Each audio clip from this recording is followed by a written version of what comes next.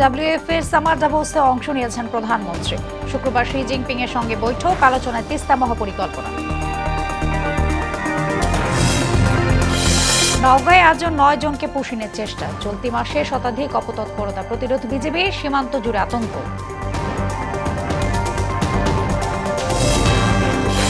রাজধানীতে নীরবে চোখ রাঙাচ্ছে ডেঙ্গু। বাসাবাড়িতেও মিলছে এডিসের লার্ভা। ডিএনসিএস এর অভিযানে এক প্রতিষ্ঠানকে জরিমানা। এবং কঙ্গোকে হারিয়ে বিশ্বকাপে নকআউটে কলম্বিয়া। পানামার বিপক্ষে কষ্টার্জিত জয় টিকে থাকলো ক্রোয়েশিয়া। ভোরে ব্রাজিলের প্রতিপক্ষ স্কটল্যান্ড।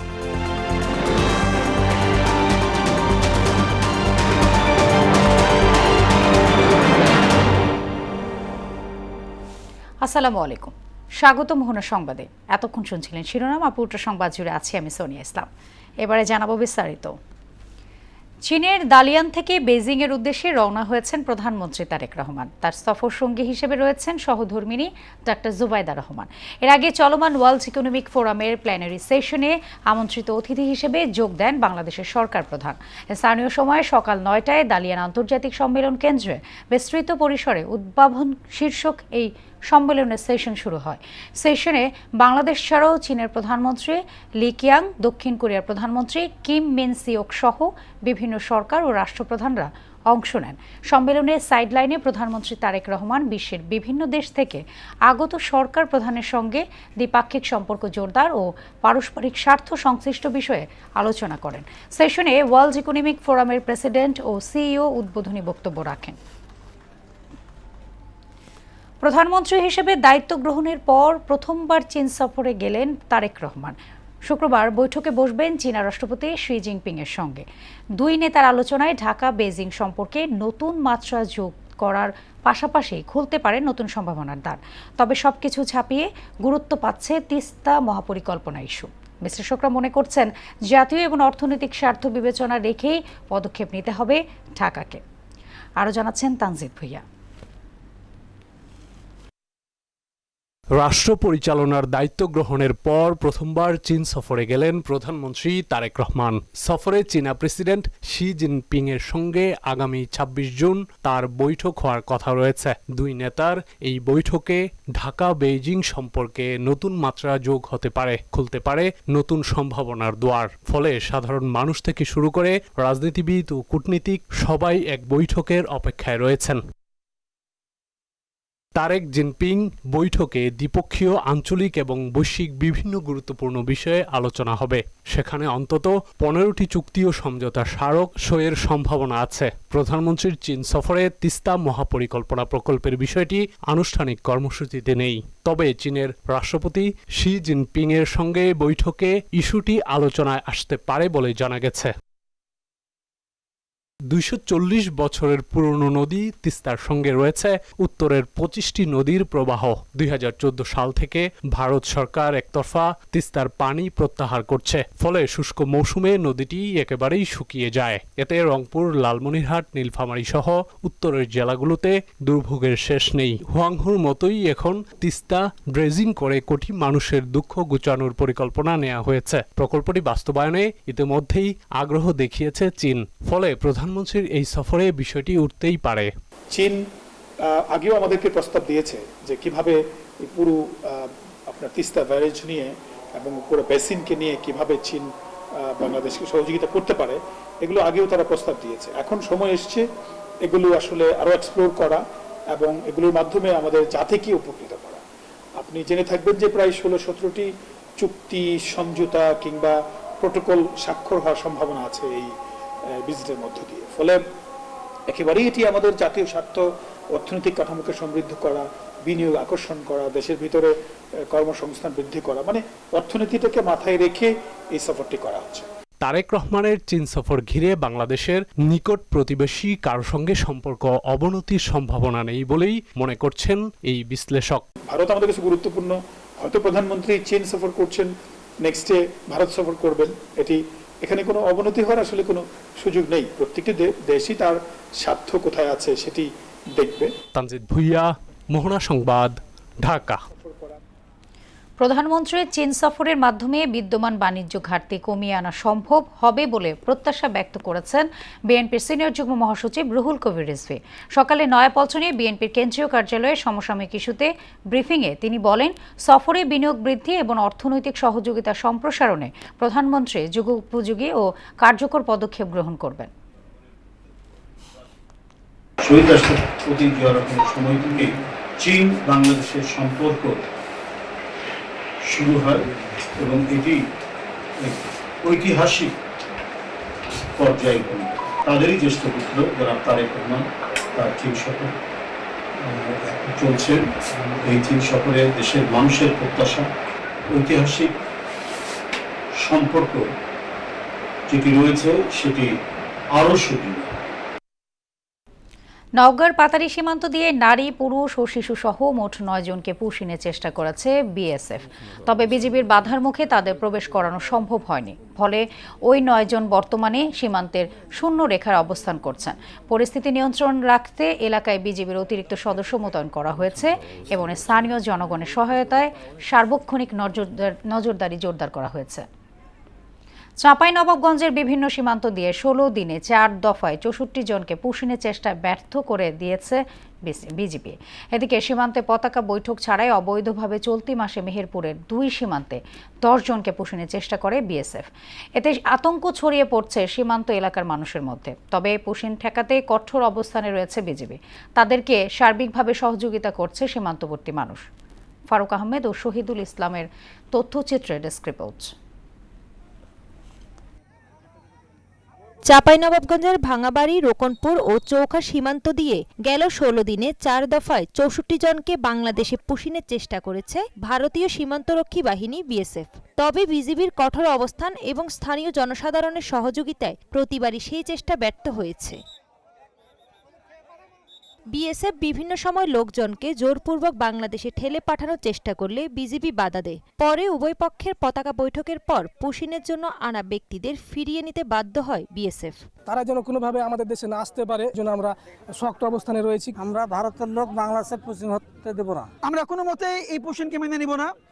বাংলাদেশ সরকার এবং বিজেপি শক্ত অবস্থানে আছে। 59 বিজিবি ব্যাটালিয়নের অধিনায়ক লেফটেন্যান্ট কর্নেল তাজুল ইসলাম চৌধুরী জানান, পুশিনের সর্বশেষ চেষ্টার পর থেকে সীমান্তে অতিরিক্ত টহল ও নজরদারি বাড়ানো হয়েছে। যেহেতু এটা দুই দেশের পারস্পরিক সম্পর্ক এবং ওনারা যে অপচেষ্টা করেছেন সেটা আমরা রোধ করেছি এবং ফার্দার পরবর্তীতে যে কার্যক্রম করতে হবে এটার জন্য আমাদেরকে একটু শান্ত থাকতে হবে। এদিকে মেহেরপুরে গাংনী উপজেলা তেঁতুলবাড়িয়া সীমান্তে চলতি মাসের 6 তারিখে 6 জন ও 19 তারিখে বুড়িপোতা ইউনিয়নের বিওপি সীমান্তের খালপাড়া এলাকা দিয়ে 4 জনকে পুশিনের চেষ্টা চালায় বিএসএফ। কাজীপুর, তেঁতুলবাড়িয়া, কাথুলি, বুড়িপোতা, খালপাড়া, বাজিতপুর, ইচাখালী, মুজিবনগর সহ বিভিন্ন এলাকায় হাজারো বিঘা জমিতে সীমান্তবর্তী এলাকা জুড়ে রয়েছে আবাদ। ফসলের পরিচর্যায় জমিতে সময় কাটাতে হয় চাষিদের। কিন্তু সীমান্তের কৃষকদের মাঝে এখন পুশিনের আতঙ্ক ও উত্তেজনা বিরাজ করছে। আমরা বিজিবির সাথে টহল করি, যদি ইন্ডিয়া থেকে কোনো মানুষ যেন পুশিন না করতে পারে। কোনো ধরনের অবৈধ অনুপ্রবেশকারী কারণে আমাদের দেশের বিভিন্ন ধরনের সমস্যাগুলো তৈরি হোক। দেশের সার্বভৌমত্ব রক্ষায় কোনোভাবেই অবৈধ পুশিন সহ্য করা হবে না বলে জানিয়েছে বিজিবি। পুশিন সংক্রান্ত যে কোনো ধরনের অপতৎপরতা রুখে দেওয়ার জন্য সর্বদা সজাগ আছে। বিজিবির পাশাপাশি আনসার, গ্রাম পুলিশ ও স্থানীয় বাসিন্দারা সমন্বিতভাবে সীমান্তে নিরাপত্তায় বলয় গড়ে তুলেছেন। তাহসিন তারিন, মোহনা সংবাদ। রাজধানীতে ডেঙ্গুর ঝুঁকি বাড়ছে নীরবে। মশক নিধনে প্রতিদিন অভিযান চালানো হলেও অনেক বাসাবাড়িতে এখনও মিলছে এডিস মশার লার্ভা। রাজধানীর গণবসতিপূর্ণ এলাকার মতো অভিজাত গুলশানের চিত্র এক। সকালে গুলশানে ঢাকা উত্তর সিটি কর্পোরেশনের মশক নিধন অভিযান পরিদর্শন করেন স্থানীয় সরকার প্রতিমন্ত্রী মীর শাহে আলম। তিনি বলেন, এডিস মশা জন্ম নেয়ার জন্য বড় কোনো জলাশয়ের প্রয়োজন হয় না। অব্যবহৃত একটি কাপ, একটি ফুলের টব কিংবা কয়েকদিনের জমে থাকা সামান্য পানীয় হয়ে উঠতে পারে ডেঙ্গুর প্রজনন ক্ষেত্র। অভিযানে একটি রেস্টুরেন্টকে 50,000 টাকা জরিমানা করা হয়েছে। নিয়মিত কাজের বাইরে আজকে হয়তো এখানে আসছি, আগামীকাল হয়তো দক্ষিণে যাব। জনসচেতনতা, জনসম্পৃক্ততা এবং অ্যাডিস মশার উৎসস্থলগুলি, সোর্সগুলি দূরীকরণের জন্য যে কার্যক্রম, এটা আমরা অব্যাহত রাখবো। আপনার বিনয়ের সাথে অনুরোধ করব, আপনারা আপনাদের নিজের জীবনের ঝুঁকি না নিয়ে নিরাপত্তার জন্য আপনারা একটু আপনাদের বেলকুনি, টপ, ছাদ, নিচের অংশগুলো পরিষ্কার পরিচ্ছন্ন রাখবেন। বিগত 17 বছর ধরে ঢাকা মেডিকেল কলেজের কৃতি শিক্ষার্থী ডাক্তার জুবাইদা রহমান দেশের স্বাস্থ্য খাত ও রাজনীতিতে অবদান রাখছেন বলে জানালেন বিএনপির স্বাস্থ্য বিষয়ক সম্পাদক অধ্যাপক ডক্টর রফিকুল ইসলাম। সকালে ডাক্তার জুবাইদার জন্মবার্ষিকী ঘিরে ঢাকা মেডিকেলের জাতীয়তাবাদী চিকিৎসক, নার্স, কর্মকর্তা, কর্মচারী আয়োজিত বৃক্ষরোপণ কর্মসূচিতে একথা বলেন তিনি। সবুজ প্রকৃতির ছোঁয়ায় চিকিৎসকদের মেধা, মনন ও চিন্তা ভাবনাকে সমৃদ্ধ করতে এই আয়োজন বলেও এ সময় মত দেন ডক্টর রফিকুল ইসলাম। জিয়া পরিবারের প্রতি যে অন্যায় অত্যাচার যেটা হয়েছে এবং তারও শিকার কিন্তু ডাক্তার জুবাইদা রহমান হয়েছিলেন এবং সেই সময় তিনি যে চাকরি করতেন এবং পরবর্তীতে তাকে বাধ্য হয়ে অনেকটা বিদেশে যেতে হয়েছিল এবং কিন্তু তিনি বিদেশে যেই তার যে পেশা, তার যে মেধার যে বিকাশ সেটি কিন্তু তিনি বন্ধ করেননি। তিনি সেখানে গিয়েও কিন্তু তিনি এমএসসিতে তিনি নিয়েছেন এবং আপনারা জানেন যে ইউকের যে ইম্পেরিয়াল কলেজ সেখান থেকে তিনি সর্বোচ্চ নাম্বার পেয়ে কিন্তু তিনি কার্ডিওলজিতে তিনি যশোরের সরকারি স্বাস্থ্যসেবায় ওষুধ সংকট প্রকোচ আকার ধারণ করেছে। জেলার জেনারেল হাসপাতাল, উপজেলা স্বাস্থ্য কমপ্লেক্স থেকে শুরু করে কমিউনিটি ক্লিনিক পর্যন্ত অধিকাংশ প্রতিষ্ঠানে এই সংকট বিরাজ করছে। ফলে রোগীদের বাইরে থেকে ওষুধ কিনতে হওয়ায় বেড়েছে চিকিৎসা ব্যয়। জেলা স্বাস্থ্য কর্মকর্তারা বলছেন এই সংকট অন্তর্বর্তীকালীন সরকারের সময় সৃষ্ট। স্বাধীন মোহাম্মদ আবদুল্লাহর প্রতিবেদন, জানাচ্ছেন মিশেল বিনতে আনোয়ার। যশোরের গ্রামীণ জনপদের কমিউনিটি ক্লিনিক থেকে শুরু করে জেলার সরকারি হাসপাতালগুলোতে এখন তীব্র ওষুধ সংকট। চাহিদার তুলনায় ওষুধের সরবরাহ একেবারেই অপ্রতুল। সাধারণ 2-1টি ওষুধ ছাড়া মিলছে না প্রয়োজনীয় কোনো জীবন রক্ষাকারী ওষুধই। আমরা এখানে আসলে ওষুধ অনেক রকম ওষুধ পাই না, অনেক কিছুই পাই না। ডায়াবেটিসের রোগী কিন্তু সে ওষুধও পায়নি। ওষুধ আনতে গেলে কয় ওষুধ নেই, আগে যা একটু দিত এখন তো মোটাই দেয় না। সব ধরনের ওষুধ তো দেয় না, না পাওয়াটাই বেশি পাওয়া যায়। ডাক্তার আসে, ওনার সাথে দেখা হয়, উনি আসলে কয় ভাই ওষুধ আসছে না। হসপিটালে রিসোর্স নেই, তারপর ম্যানপাওয়ার নেই। ভালো চিকিৎসা ওষুধ দিত না, আবার টাকা নিত। 5 আগস্টের পর থেকে আমরা কিন্তু আর কোনো ওষুধ পাইনি। তৃণমূলের স্বাস্থ্যসেবা ভেঙে পড়ায় এখন উপচে পড়া ভিড় যশোর 250 শয্যা বিশিষ্ট জেনারেল হাসপাতালে। 278টি শয্যার বিপরীতে প্রতিদিন 800 রোগীকে সেবা দিতে হিমশিম খাচ্ছেন চিকিৎসকরা। আগামী বছর নাগাদ সংকটের একটি টেকসই এবং স্থায়ী সমাধান সম্ভব বলে জানায় হাসপাতাল কর্তৃপক্ষ। ধারণ ক্ষমতার 2.5 গুণ রোগী আমরা যদি দেখে থাকি, আর আউটডোরে যদি এত রোগী আসে তাহলে তো ওষুধ সংকট একটু পড়তেই পারে। আমরা আশা করছি যে এই অর্থবছর শেষ হলে সামনে অর্থবছর নতুন বরাদ্দ হয়ে আবার ওষুধের আগের যে পর্যায়ে ছিল সেই পর্যায়ে নিয়ে আসে। জেলা স্বাস্থ্য বিভাগের দাবি, অন্তর্বর্তীকালীন সরকারের সময় মূলত এই ওষুধ সংকটের সৃষ্টি হয়েছে। তবে বর্তমান প্রশাসনের কার্যকর পদক্ষেপে দ্রুত এই অচলাবস্থা কেটে যাবে বলে আশা জানান সিভিল সার্জন। সরকার পতনের পরে যে ইন্টারিম সরকার ছিল সেই সময় অনেকগুলো আমাদের অপারেশন প্ল্যান বন্ধ ছিল এবং যে কমিউনিটি ট্রাস্ট স্টাডিতে কার্যক্রম অনেক ব্যাহত হয়েছে। তো আশার কথা হচ্ছে আমাদের বর্তমান সরকার এই বিষয়ে খুবই গুরুত্ব দিয়েছেন এবং দ্রুততার সাথে এই জিনিসগুলো সমাধান করেছে। জেলা স্বাস্থ্য অধিদপ্তরের তথ্য মতে যশোরের সরকারি চিকিৎসালয়ের মধ্যে রয়েছে একটি জেনারেল হাসপাতাল সহ 296টি স্বাস্থ্যসেবা প্রতিষ্ঠান। মিশেল বিনতে আনোয়ার, মোহনা সংবাদ। নকল প্রশ্ন ফাঁসের বিষয়ে কোনো ছাড় দেয়া হবে না বলে সাফ জানিয়ে দিলেন শিক্ষামন্ত্রী আ.ন.ম এহসানুল হক মিলন। বুধবার রাজধানীর একটি কলেজে আসন্ন এইচএসসি পরীক্ষা উপলক্ষে বিভিন্ন শিক্ষা বোর্ডের কেন্দ্র সচিবদের সঙ্গে মতবিনিময় সভায় তিনি বলেন, এখন আর নকল নেই, তবে নকলের রূপ পরিবর্তন হয়েছে। কোনো পরীক্ষা কেন্দ্রে নকল পেলে ওই প্রতিষ্ঠানের প্রধান বা কেন্দ্র প্রধানকেও আইনের আওতায় আনার হুঁশিয়ারি দেন শিক্ষামন্ত্রী। এবার থেকে সব শিক্ষা বোর্ডে অভিন্ন প্রশ্নপত্রে পরীক্ষা হবে বলেও জানান তিনি। বিগত দিনে আমরা দেখেছি যে এসএসসি এক্সাম নিতে বোর্ড 1 বছর সময় লাগিয়ে দেয়। হায়ার সেকেন্ডারি 12 গ্রেড ইন্টারমিডিয়েট বলি, সেটা করতে একটি শিক্ষার্থীর 20 বছর সময় লাগে, অর্থাৎ 2 বছর তাদের জীবন থেকে চলে যায়। 2027-এর এসএসসি পরীক্ষা আমরা নেব জানুয়ারি মাসে। এবার আন্তর্জাতিক সংবাদ। মধ্যপ্রাচ্যকে কেন্দ্র করে বিশ্ব রাজনীতিতে শুরু হয়েছে এক বড়সড় তোলপাড়। হরমুজ প্রণালীতে আটকে পড়া 11,000-এরও বেশি নাবিককে উদ্ধারে মাঠে নেমেছে জাতিসংঘ।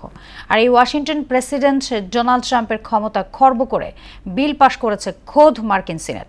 সেই সঙ্গে যুক্তরাষ্ট্র ইরানের মধ্যকার পারমাণবিক চুক্তির তথ্যে দেখা দিয়েছে চরম বৈপরীত্য। প্রিয়াঙ্কা নিতুর প্রতিবেদন।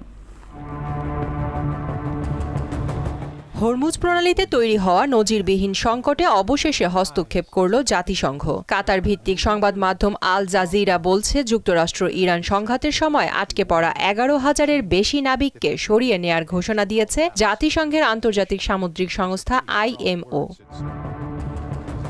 এদিকে ইরানের বিরুদ্ধে সামরিক অভিযান চালাতে প্রেসিডেন্ট ডোনাল্ড ট্রাম্পের ক্ষমতার ওপর নিয়ন্ত্রণ আরোপের লক্ষ্যে একটি যুদ্ধ ক্ষমতা প্রস্তাব পাশ করেছে মার্কিন সিনেট। প্রস্তাব অনুযায়ী কংগ্রেসের স্পষ্ট অনুমোদন ছাড়া ইরানের বিরুদ্ধে নতুন কোনো সামরিক পদক্ষেপ নিতে পারবেন না ট্রাম্প। অন্যদিকে পারমাণবিক স্থাপনা পরিদর্শন এবং জব্দকৃত সম্পদ নিয়ে সম্পূর্ণ পরস্পর বিরোধী বক্তব্য দিচ্ছে যুক্তরাষ্ট্র ও ইরান। প্রেসিডেন্ট ট্রাম্প দাবি করছেন ইরান তাদের পরমাণু কেন্দ্র পরিদর্শনে রাজি হয়েছে, তবে সেই দাবি কঠোরভাবে প্রত্যাখ্যান করে তেহরান জানিয়েছে আলোচনায় এমন কোনো প্রতিশ্রুতি দেয়নি তেহরান। এই বিতর্কের মাঝেই ইরানের পাশে দাঁড়িয়ে মুখ খুলেছেন পাকিস্তানের প্রধানমন্ত্রী শেহবাজ শরীফ। তিনি স্পষ্ট করে জানিয়েছেন ইরানের ব্যালিস্টিক ক্ষেপণাস্ত্র কর্মসূচি নিয়ে যুক্তরাষ্ট্রের সঙ্গে কোনো আলোচনাই হয়নি। অন্য দেশগুলোর ক্ষেপণাস্ত্র থাকলে ইরানের কেন থাকবে না এমন প্রশ্ন তুলে তেহরানের আত্মরক্ষার অধিকারের প্রতি সমর্থন জানান পাকিস্তানের প্রধানমন্ত্রী।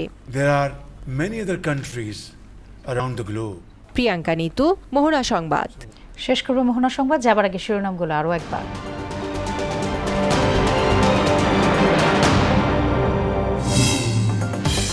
চীনের WFS সামার ডাভোসে অংশ নিয়েছেন প্রধানমন্ত্রী। শুক্রবার শি জিনপিং এর সঙ্গে বৈঠক, আলোচনায় তিস্তা মহাপরিকল্পনা।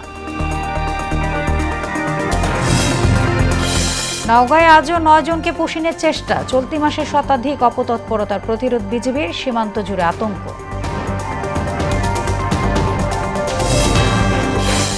রাজধানীতে নীরবে চোখ রাঙাচ্ছে ডেঙ্গু, বাসাবাড়িতেও মিলছে এডিসের লার্ভা। ডিএনসিসির অভিযানে এক প্রতিষ্ঠানকে জরিমানা।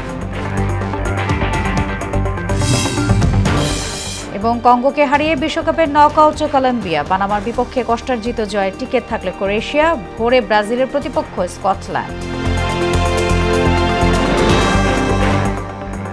এই ছিল মোহনা সংবাদে। পরবর্তী সংবাদ বিকেল 5:30টায়। এর আগে বিকেল 3টায় দেখবেন সংবাদ এক নজরে। মোহনা সবশেষ খবর জানতে ভিজিট করুন www.mohana.tv। সংবাদ দেখতে পারেন ফেসবুক, ইউটিউবেও। এতক্ষণ সঙ্গে থাকার জন্য ধন্যবাদ সবাইকে।